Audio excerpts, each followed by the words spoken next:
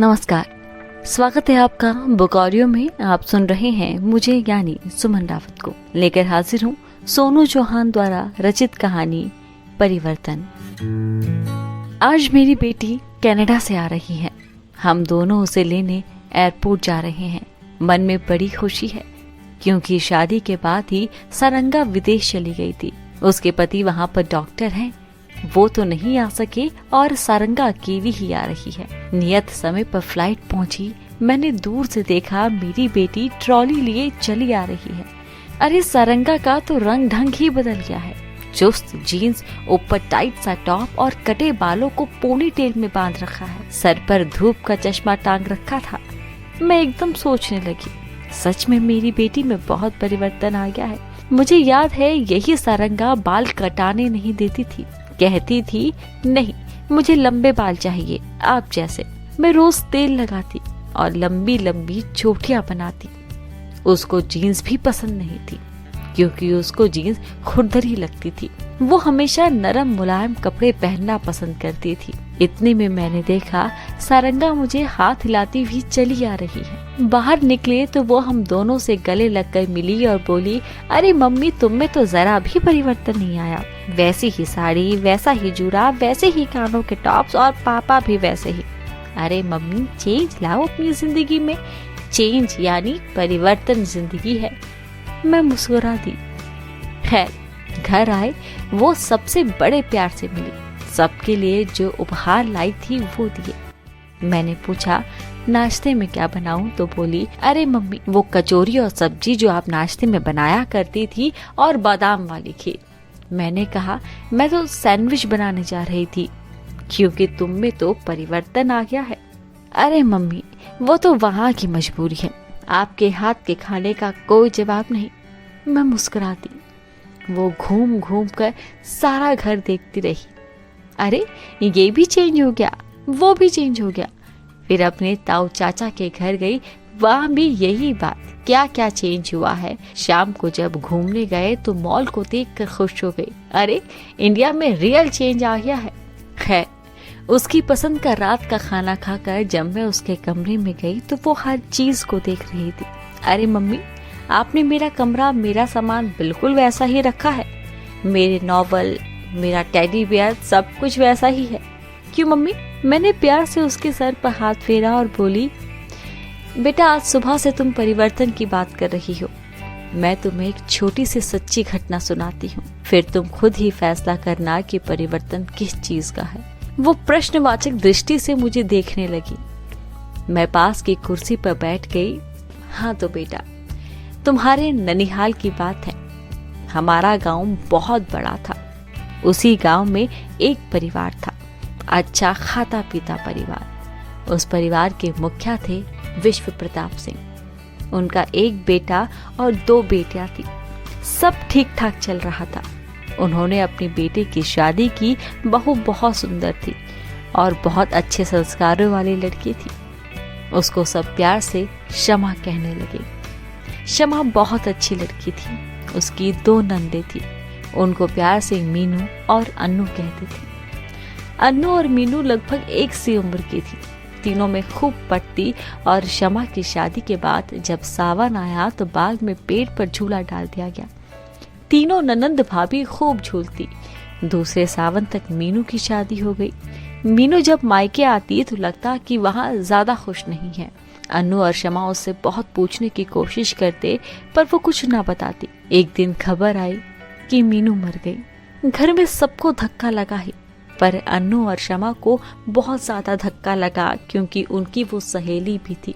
खैर, बाद में पता चला कि उसके ससुराल वाले अच्छे नहीं थे, उसको बहुत तंग किया करते थे। अब पता नहीं कि वो मर गई कि उसे मार दिया गया। खैर, सब रो धोकर रह गए। इस बीच शमा ने एक बेटी को जन्म दिया। उसकी शक्ल बिल्कुल मीनू जैसी थी। सब कहने लगे कि मीनू वापस आ गई। इस बीच अन्नू की सगाई भी हो गई, शादी भी हो गई। शादी के कुछ साल बाद अन्नू के पति को अमेरिका में नौकरी मिल गई और वो उसके साथ अमेरिका चली गई। बस फिर उसका वापस भारत आना ही नहीं हुआ। अब उसकी भतीजी यानी कि शमा की बेटी भी बड़ी हो गई थी और उसकी शादी तय हो गई थी। सबने अनु से बहुत मुनहार की कि वो भतीजी की शादी में जरूर आए। है, अनु भतीजी की शादी के लिए भारत पहुंची। उसके पति और बच्चे नहीं आ सके। घर में शादी का माहौल था। अरे, यहाँ तो बड़ा चेंज आ गया है, उसने एकदम से कहा। क्या परिवर्तन आ गया है? कुछ भी तो नहीं, भाभी ने कहा। अरे वाह, कैसा परिवर्तन नहीं आया? देखो, हवेली की जगह नए स्टाइल की कोठी बन गई है। देखो, पहले हमारे बाथरूम कैसे होते थे, अब सब नए स्टाइल के बन गए हैं। फर्नीचर भी बदल गया है, सब बदल गया है। भाभी, सब बदल गया है। मैंने रास्ते में देखा है, शहर में नए मॉल खुल गए हैं। वो पता नहीं क्या क्या बोलती जा रही थी। भाभी चुप थी। जब नाश्ते की बात चली तो भाभी ने हंसकर कहा, पिज्जा मंगवाऊं या सैंडविच खाएंगी आप? अरे नहीं भाभी, क्या रवो काका और देवकी काकी अभी तक हैं? हाँ, दोनों बूढ़े तो हो रहे हैं पर अभी तक हमारे साथ है। उन्होंने बेटी की शादी कर दी है और बेटे की भी। उनकी बहू भी अब देवकी काकी के साथ काम करवाती है। हाँ, अभी भी कन्हैया लाल ही हमारे बाग में काम करते हैं, वही माली जो सावन में हमें झूले डाल कर देता था। अभी बात पूरी भी नहीं हुई थी कि अनु बोल उठी, अरे रामू काका और देवकी काकी यही है, तो कचौरी का नाश्ता बनवाइए और शाम को रबड़ी और मालपुआ, दोपहर में दम बिरयानी। बीच में टोक कर भाभी ने कहा, अरे मैं कुछ भी नहीं भूली हूँ, सब आपकी पसंद का ही बनेगा। इतने में रामू काका और देवकी काकी अनु से मिलने आए। शरीर में तो परिवर्तन आना स्वाभाविक था, पर पहनावा वैसा ही था। वे उतनी ही प्यार से मिले जैसे वो पुरानी छोटी अनु हो। इतने में और भी लोग मिलने आ गए। रात को अनु अपने कमरे में गई। उसने देखा भाभी ने उसकी हर चीज इतने साल बाद भी संभाल कर जचा कर रखी है। उसे लगा कि वो इतने साल पहले जब यहाँ रहती थी उसी समय में पहुँच गई हो। कुछ दिन बाद शादी थी। शादी की वही रस्में थी जो उसकी शादी के समय हुई थी। मेहंदी, ढोलक पर गीत, हल्दी, उपटन, सब वही तो थे। खैर, शादी हुई। भतीजी अपने ससुराल पहुंच गई, पर अन्नू के जुबान पर यही रहता कि इंडिया में बहुत परिवर्तन आ गया है। अन्नू के जाने में 2 से 3 दिन रह गए थे। शादी की गहमा गहमी खत्म हो गई थी। अब ननंद भाभी दोनों बैठी थी। अन्नू ने फिर वही बात की, मानो ना मानो भाभी, बहुत परिवर्तन आ गया है।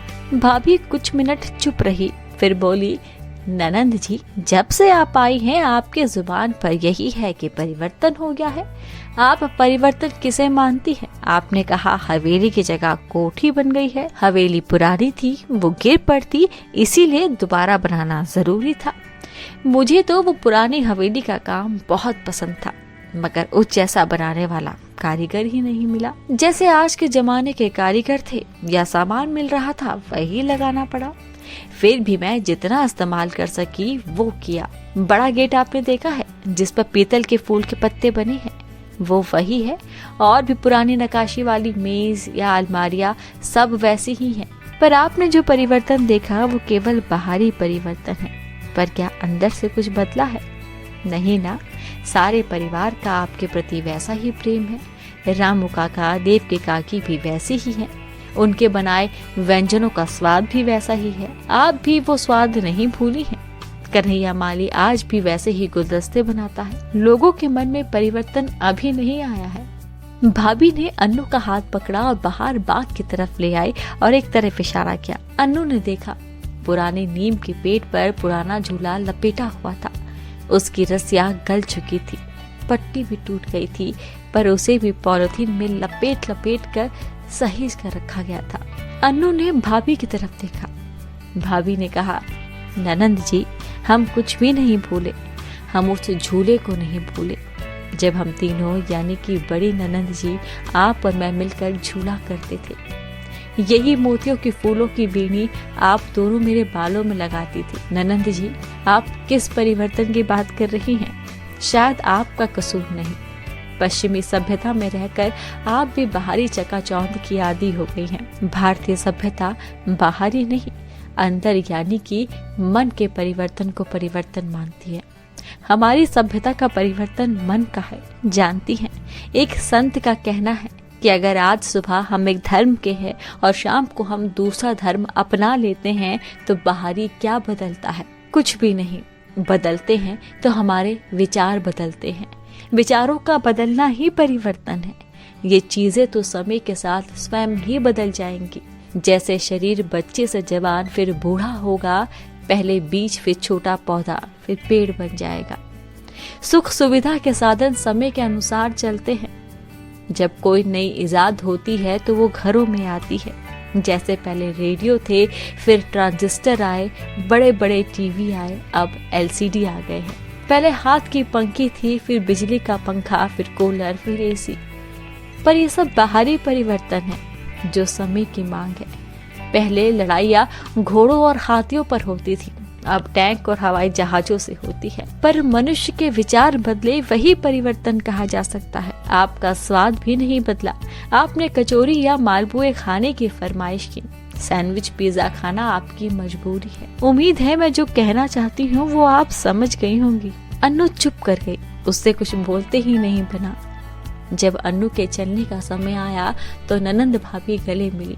बिछुड़ने के दुख में अब अन्नू की आंखों से आंसू बह निकले तो भाभी ने धीरे से कहा, देखा ननंद जी, कोई परिवर्तन नहीं आया है ना।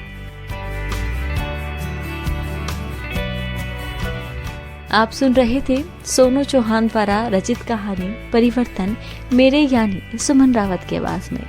जल्द हाजिर होंगी लेकर कुछ ऐसे ही किस्से कहानियां। तब तक सुनते रहिए बुक ऑडियो।